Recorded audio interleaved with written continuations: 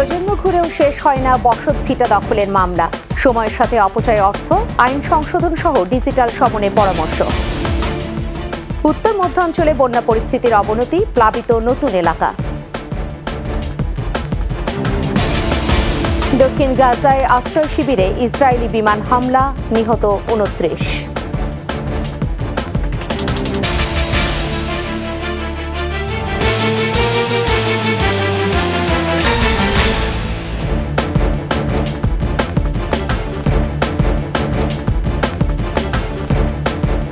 এতক্ষণ শুনছিলেন first security ইসলামী bank PLC সংবাদ শিরোনাম। প্রত্যেককে আমন্ত্রণ জানাচ্ছি দুপুর ১২টার ২১ সংবাদে। সাথে থাকছে আমি ফেরদৌসী আহমেদ।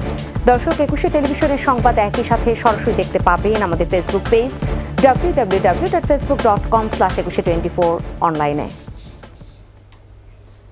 ৩ প্রজন্ম ঘুরেও শেষ হয় না বসত ভিটা দখলের মামলা। সময়ের সাথে যায় অর্থ, এক পর্যায়ে অসহায় বিচার প্রার্থী ভোগে বিষণ্ণতায়। আইনের মারপ্যাঁচ, দখলকারী ব্যক্তির হাজিরা না দেয়া সহ আরও অনেক কারণে পুরনো হয় জমিজমা সংক্রান্ত মামলা। সমস্যা সমাধানে আইন সংশোধন, ডিজিটাল সমন জারি সহ নানান পরামর্শ দিলেন আইন বিশেষজ্ঞরা। বিস্তারিত জানাচ্ছেন শাকেরা আরজু। বসতভিটা ও জমি দখল পুনরুদ্ধার চেয়ে ১৯৫৬ সালে দুই ভাই মামলা করেন সুনামগঞ্জের কোর্টে। ৩৫ বছর পর ১৯৯১ সালে নিজেদের পক্ষে আংশিক রায় পান। বসতভিটার দখল ফিরে পেতে উচ্চ আদালতে ১৯৯৭ সালে আপিল করলে তা এখনও বিচারাধীন। এর মাঝে কেটে গেছে বহু বছর। দুই ভাই মারা গেছেন।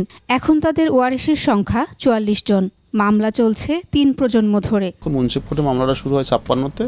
দুই ভাই মিলে হামিদুল্লাহ, ওয়াসিফুল্লাহ মামলা করে তাদের বসতবাড়ি সহ আরও যে বোরো ধানের যে জমি আছে, এই জমি সবগুলো জমি মামলাটা প্রেয়ার ছিল তার সত্য ঘোষণা এবং দখল পুনরুদ্ধার। সুনামগঞ্জের দুই ভাইয়ের মতো এরকম পুরনো মামলা আরও আছে। বিচারাধীন ৪২ লাখ মামলার ৬০% জমিজমা সংক্রান্ত। যে পক্ষের দখলে থাকে তাদের কারসাজি সমনের পরও কোর্টে হাজির না হওয়া, বারবার নারাজি আবেদন সহ আইনের মারপ্যাঁচে মামলা চলতে থাকে বছরের পর বছর। মামলা ফাইল করছে সেই যে বিচারক বা যে কারণে ট্রান্সফার চেয়েছেন উনি হয়তো ইতিমধ্যে অবসরে চলে গেছেন, কিন্তু মামলাটা হাইকোর্টে বিচারাধীন হয়ে গেছে। এইসব মামলাগুলো কিন্তু শুধুমাত্র একটা আদেশ দিয়ে নিষ্পত্তি করা যায়। পার্টিশন সুটের হয়তো আইন পরিবর্তন অন্য কোনো সিস্টেম করতে হবে, যে ভাগটা কীভাবে হবে না হবে, এটাকে পার্টিশন সুটের মানুষের খুব ভোগান্তি হচ্ছে। যে দেওয়ানিয়া মামলা আমাদের দীর্ঘায়িত হওয়ার মেইন কারণই হইল যে পক্ষরা সবসময় দখলে আছে, ওই পক্ষটাকে, এই দখলটাকে বজায় রাখার জন্য সে চেষ্টা করবে যে কোনোভাবে আমি মামলাটা দীর্ঘায়িত করি। জমিজমা সংক্রান্ত মামলায় সমন জারি সহ বেশ কিছু বিষয়ে ডিজিটাল পদ্ধতি চালু করারও পরামর্শ দেন বিশেষজ্ঞরা। এই ৪২ লাখ মামলার মধ্যে আমার মনে হয় বেশিরভাগ মামলাতেই আলাদাভাবে একটা মেডিয়েশন, একটা বোর্ড করা যেতে পারে প্রত্যেকটা ডিস্ট্রিক্ট কোর্টের আদালতে, বা আরবিট্রেশনের জন্য বোর্ড করা যেতে পারে, যেখানে যারা বিচার প্রার্থী আছেন তারা এসে যদি দুই পক্ষ রাজি থাকে সেখানে সোলেনামার ভিত্তিতে মামলাগুলোকে দ্রুত গতিতে সমাধান করা যেতে পারে। বাংলাদেশের প্রত্যেকটা মানুষের হাতে এখন সেলফোন। গভর্নমেন্টের প্রত্যেকটা বিষয় প্রচারণা হচ্ছে SMS এর মাধ্যমে। তো সেখানে এটা বললেই তো হয় যে একটা লোক মামলা ফাইল করবে, সাথে সাথে তার বিবাদী পক্ষর নাম, ঠিকানা সহ তার মোবাইল নাম্বারটা দিবে। এই দেওয়ানি কার্যবিধি আইনের ভাষ্য যেখানে সমনের চ্যাপ্টারটা আছে ওইখানে একটা সন্নিবেশিত করতে হবে। নতুন ভূমি আইন কার্যকর করারও পরামর্শ আইন বিশেষজ্ঞদের। শাকেরা আরজু, ২১ টেলিভিশন, ঢাকা। দেশের উত্তর ও মধ্যাঞ্চলে বন্যা পরিস্থিতির অবনতি হয়েছে।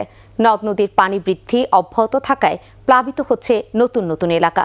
পদ্মা নদীর দৌলতদিয়া গেজ স্টেশন পয়েন্টে পানি বেড়ে বিপদসীমার উপর দিয়ে প্রবাহিত হচ্ছে। রাজবাড়ীতে প্লাবিত নিম্নাঞ্চলের নতুন নতুন এলাকা। ফসলি ক্ষেত তলিয়ে যাওয়ায় দেখা দিয়েছে গবাদি পশুর খাদ্য সংকট।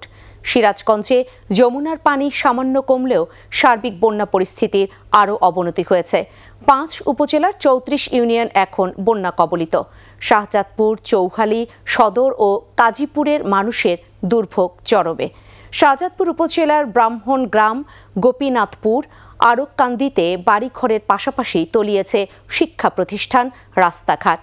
এদিকে সিলেটে বন্যা পরিস্থিতির উন্নতি হলেও তলিয়ে আছে কুশিয়ারা অববাহিকার ৬ উপজেলা।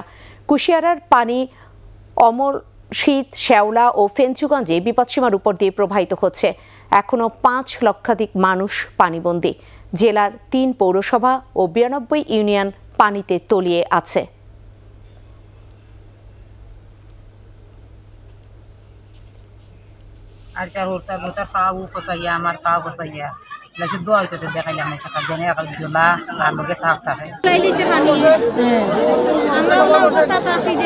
স্কুলে মা তোলা গেছে, স্কুল বন্ধ, রাস্তাঘাট সব তোলা গেছে। আমার খুব অসুবিধা আছে। সকাল পানির মধ্যে ঘরের মধ্যে থাকা যায় না, সব বাড়িতেই পানি। ব্রিটেনের প্রথম ব্রিটিশ বাংলাদেশি মন্ত্রী হচ্ছেন বঙ্গবন্ধু নাতনি এবং শেখ রেহানার মেয়ে টিউলিপ রেজওয়ানা সিদ্দিক। সদ্য জয় পাওয়া কের স্টারমানের নতুন সরকারে নগরমন্ত্রী হিসেবে নিযুক্ত হচ্ছেন তিনি। যদিও এখনও সরকার আনুষ্ঠানিকভাবে তা ঘোষণা করেনি।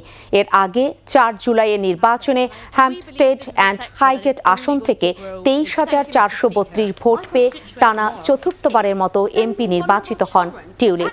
লেবার পার্টি বিরোধী দলে থাকাকালীন এই পদে ছায়া মন্ত্রী হিসেবে দায়িত্ব পালন করেছেন তিনি। নগরমন্ত্রী হিসেবে আর্থিক সেবা খাতেরও তত্ত্বাবধান করবেন বঙ্গবন্ধুর নাতনি।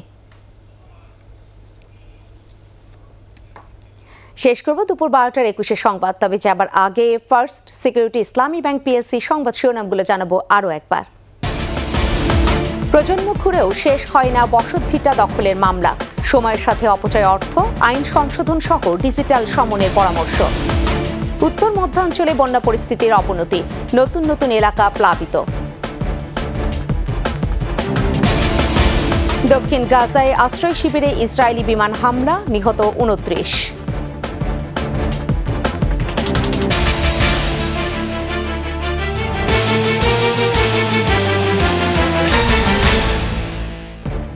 সর্বশেষ সংবাদ জানতে ডায়াল করুন 2021 নাম্বারে আর ভিজিট করুন 21-tv.com এই ওয়েবসাইটে।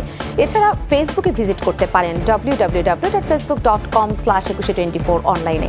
এতক্ষণ সাথে থাকার জন্য ধন্যবাদ। পরবর্তী সংবাদ দুপুর 2টায় দেখার আমন্ত্রণ রইল।